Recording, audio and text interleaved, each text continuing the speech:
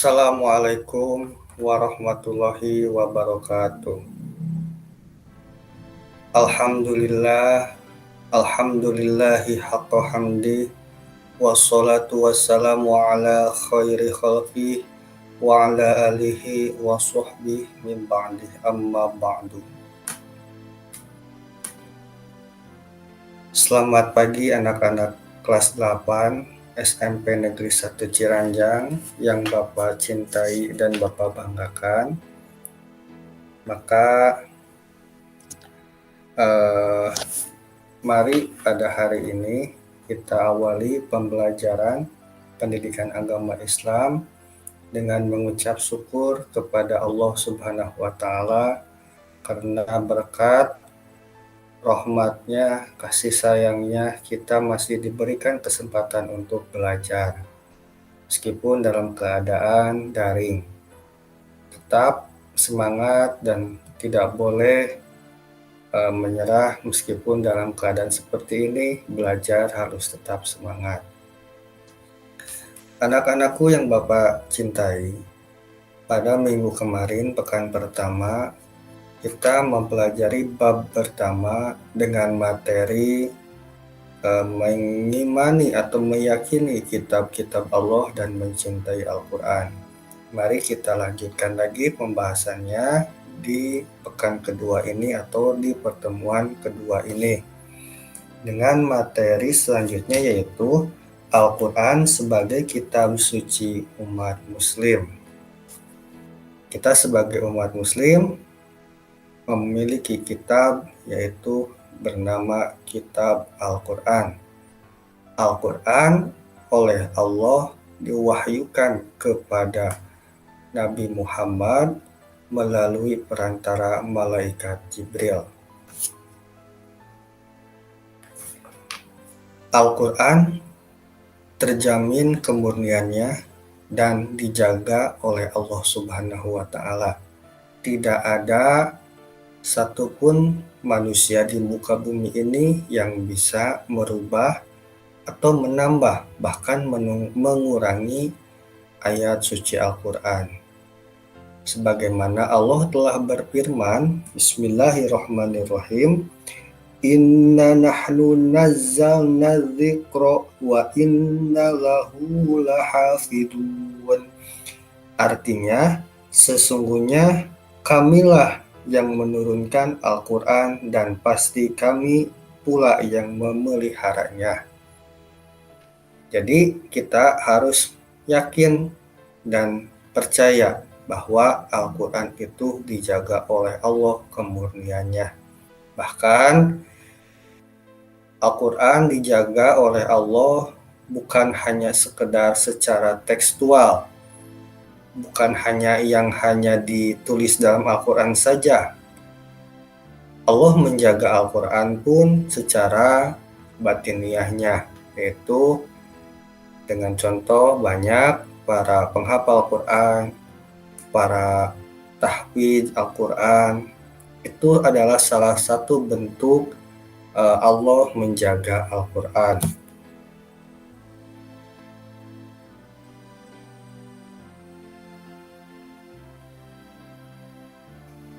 Kemudian dalam sejarah, Al-Quran itu tidak diturunkan sekaligus, tetapi Allah mewahyukannya secara bertahap.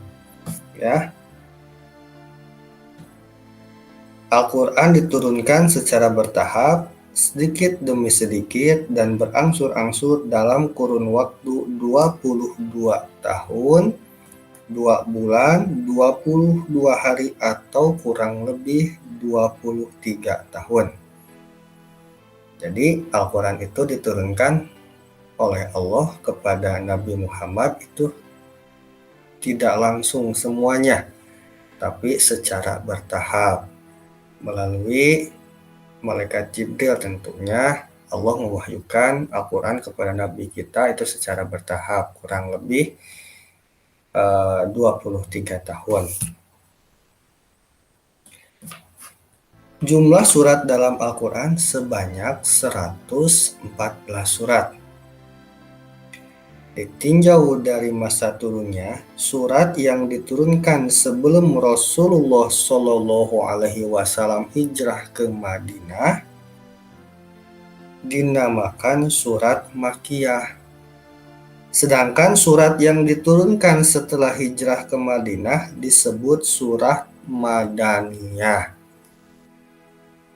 Jadi Al-Quran itu diturunkan pada dua tempat. Satu, ada yang diturunkan di Mekah, yang kedua ada diturunkan di Madinah. Kalau yang diturunkan di Mekah itu periode sebelum Rasul hijrah ke Madinah. Maka jika turun ayat di Mekah, maka itu surat dinamakan dengan surat Makkiyah. Dan jika ada surat yang diturunkan oleh Allah di Madinah, maka surat tersebut dinamakan dengan surat Madaniyah. Jadi ada dua, ya, ada yang diturunkan di Mekah, ada yang diturunkan di Madinah. Kalau yang di Mekah itu dinamakan dengan surat Makkiyah, kalau di Madinah itu dinamakan surat Madaniyah. Cirinya, surat yang diturunkan di surat yang diturunkan di Mekah adalah sebelum Rasul hijrah ke Madinah.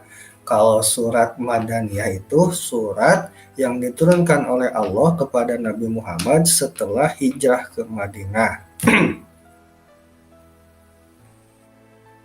Kemudian setelah kita mengetahui bahwa Al-Quran dijaga oleh Allah Subhanahu wa Ta'ala kemurniannya. Kedua, kita setelah mengetahui tahapan-tahapan turunnya wahyu Al-Quran kepada Nabi Muhammad.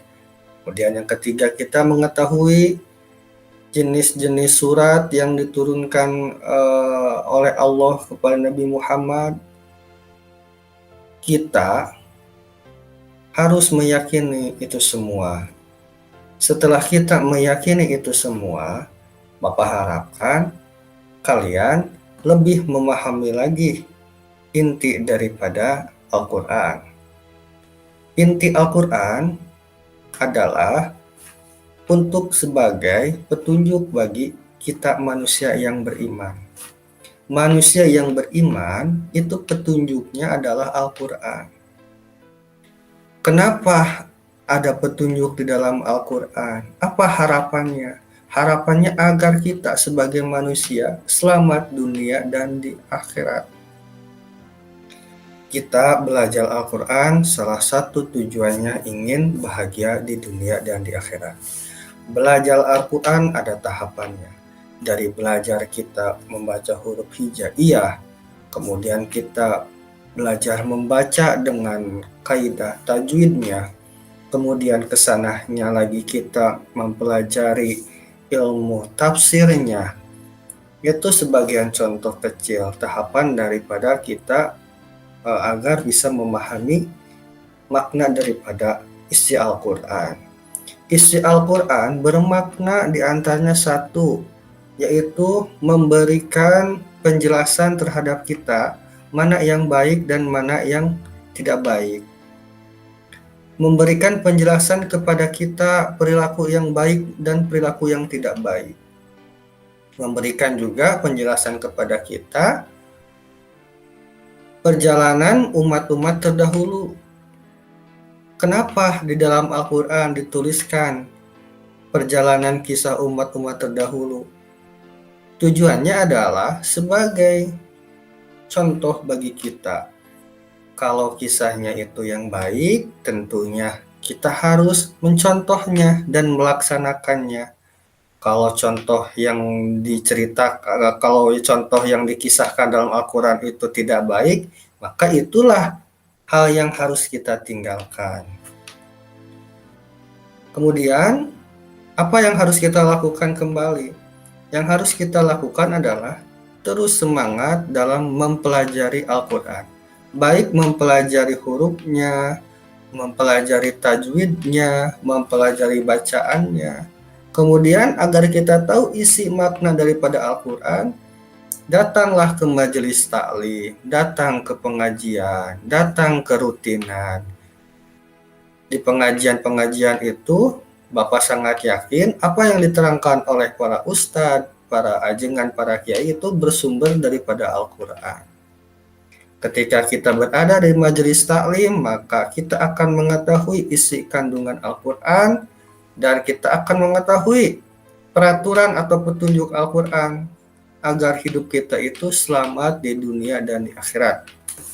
Pada intinya, Allah mewahyukan Al-Quran kepada Nabi Muhammad agar menjadi sebagai petunjuk hidup kita selamat di dunia maupun di akhirat. Selanjutnya adalah poin ketiga, perbedaan kitab dan suhuf. Wahyu-wahyu Allah yang diterima oleh para rasul dalam perkembangannya ada yang dibukukan berbentuk kitab dan ada yang tidak dibukukan atau berbentuk suhuf, yaitu lembaran-lembaran terpisah. Namun keduanya sama-sama berisi firman Allah yang diberikan kepada para nabi dan rasul. Ada dua hal di sini yang disebutkan, yaitu ada kitab dan suhuf. Kalau kitab itu adalah firman Allah yang berbentuk sudah dibukukan. Kalau suhuf, firman Allah yang lembaran-lembaran terpisah. Jadi kalau kitab, firman Allah yang sudah dibukukan. Kalau suhuf, firman Allah yang lembaran-lembaran terpisah, artinya tidak dibukukan. Secara rinci, para nabi dan rasul yang menerima suhuf dari Allah adalah: satu, Nabi Ibrahim menerima 10 suhuf. Yang kedua, Nabi Musa menerima 10 suhuf. Kitab dan suhuf mempunyai persamaan dan juga perbedaan. Persamaannya adalah keduanya sama firman Allah yang diturunkan kepada para rasulnya. Adapun perbedaan antara kitab dan suhuf antara lain: satu, isi kitab lebih lengkap daripada isi suhuf. Dua, bentuk dari kitab sudah dibukukan, sedangkan suhuf masih berbentuk lembaran-lembaran yang terpisah. Ketiga, kitab biasanya berlaku lebih lama daripada suhuf. Meskipun terdapat perbedaan antara kitab dengan suhuf, tapi intinya sama. Inti dari keduanya adalah berisi tentang firman Allah Subhanahu wa Ta'ala. Itulah yang bisa Bapak sampaikan. Satu, tentang Al-Quran, kitab suci umat muslim. Kesimpulan dari Bapak, Al-Quran harus kita baca setiap hari. Yang kedua, perbaiki bacaan Al-Quran, baik itu secara makhrajul huruf, secara kaidah tajwid. Yang ketiga, secara bacaan atau lagamnya. Maka mari kita bersama-sama belajar lagi ya. Jangan lupa, satu hari itu maka harus ada yang dibaca oleh kalian. Itu adalah bentuk daripada kita mengimani Al-Quran. Kita mengimani Al-Quran, kita percaya kepada Al-Quran, kita pun harus bisa membacanya walaupun satu hari itu satu ayat. Lebih banyak ayat yang kita baca dalam satu hari, lebih bagus. Ya, itulah yang bisa Bapak sampaikan pada kesempatan hari ini. Mohon maaf bila mana ada banyak kekurangan dalam penyampaiannya. Setelah kalian menyaksikan presentasi ini, maka kalian harus mengisi tes materi ini. Ada di link deskripsi YouTube ya. Akhirul kalam, assalamualaikum warahmatullahi wabarakatuh.